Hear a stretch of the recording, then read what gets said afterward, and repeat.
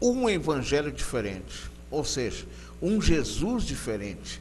2 Coríntios, no capítulo 11, nós vemos que quando Paulo diz em 2 Coríntios que receava que assim como a serpente enganou a Eva, do mesmo modo fossem as nossas mentes corrompidas, afastando-se da pureza e simplicidade devidas a Cristo. E ele fazia isso se relacionar à sequência do texto, que mostra os falsos apóstolos, ministros de justiça disfarçados e anjos de luz, travestidos, todos figuras representativas da serpente que enganou a Eva e seu marido. E que agora, em seu disfarce apostolar, afastava o povo da simplicidade e pureza do Evangelho.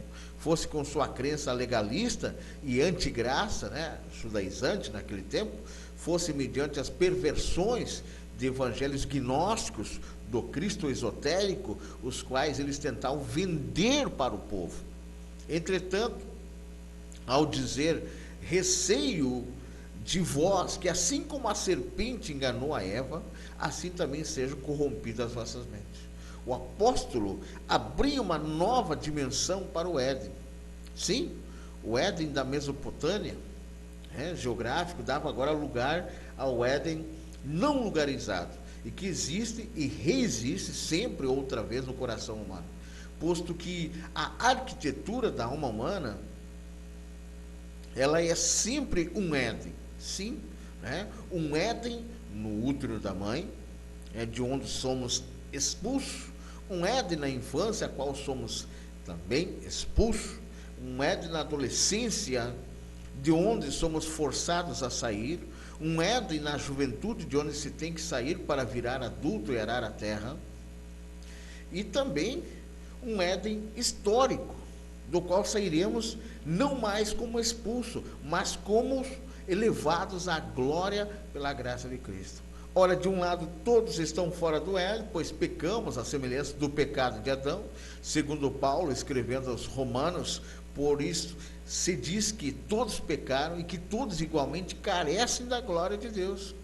Assim, a humanidade nasce fora do Éden, pois em Adão e como Adão, fomos todos, fomos tanto nele como também em nós mesmos, expulsos do Éden, por causa do pecado, por causa da desobediência. Todavia, a constituição da alma é sempre um Éden psicológico, mental, espiritual, e aí sim, porque na alma, todos nós temos um Adão, o ânimos, temos uma Eva, ânima, temos a árvore do conhecimento, temos a árvore da vida, a vocação para o eterno. Temos a árvore também do conhecimento do bem e do mal, é a nossa vontade de independência de Deus. Temos todas as árvores do jardim, temos todas as árvores do jardim, a liberdade ampla de boas escolhas de vida, sem proibições. Temos a voz de Deus e também os sons sibilantes da serpente oportunista, e que faz o seu bolo de serpente pronta para o bote, justamente nos galhos da árvore do conhecimento do bem e do mal. Esta é a constituição prática, exemplar, como padrão de nosso aparelho psíquico, mental, psicológico, ora, ou espiritual, pode usar nesse sentido. Ora, nesse sentido, o Éden é um lugar em nós, do qual nos sentimos exilados, pela culpa e pela transgressão essencial que nos faz, já nascemos dando curiosos ouvidos às sibilações da serpente, a qual trabalha contra a alma, a qual trabalha contra a nossa alma, sempre com proposta de um saber que nos faça prescindir supostamente de Deus. Assim a serpente invisível, e que existe como ente espiritual, ganha seu poder,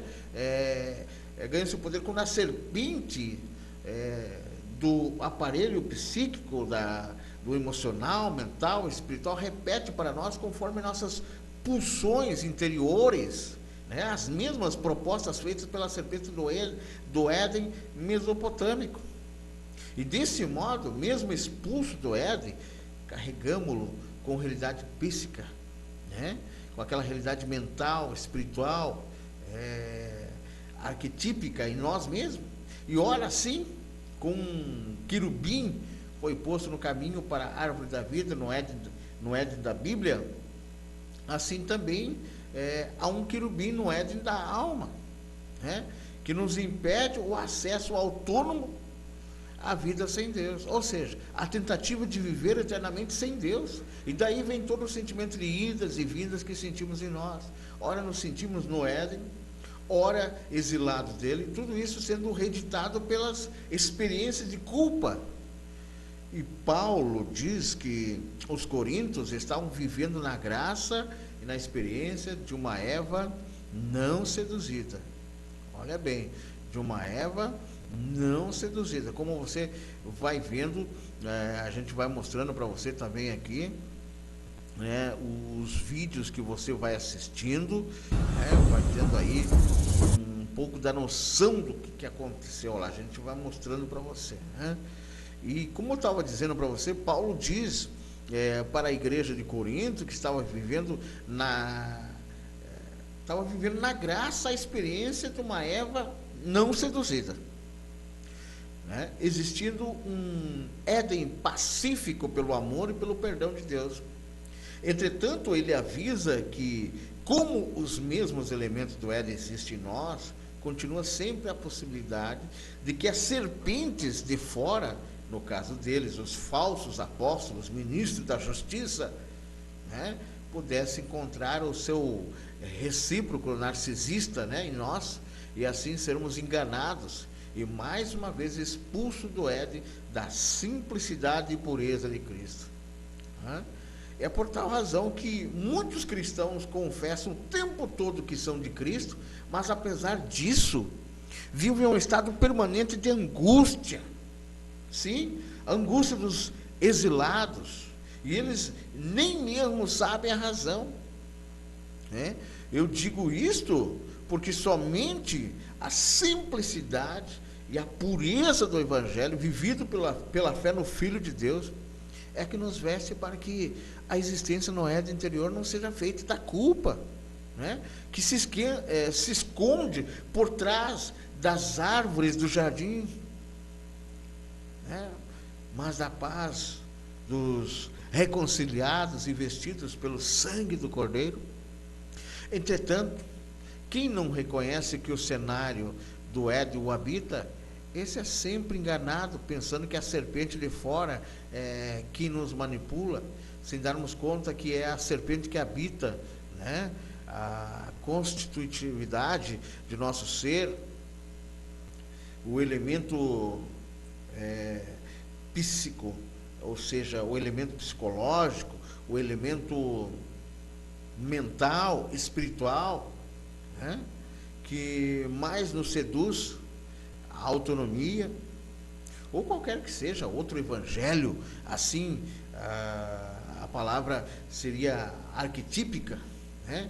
Ou um padrão, um exemplo, um modelo, e simbolicamente a árvore da vida é o evangelho.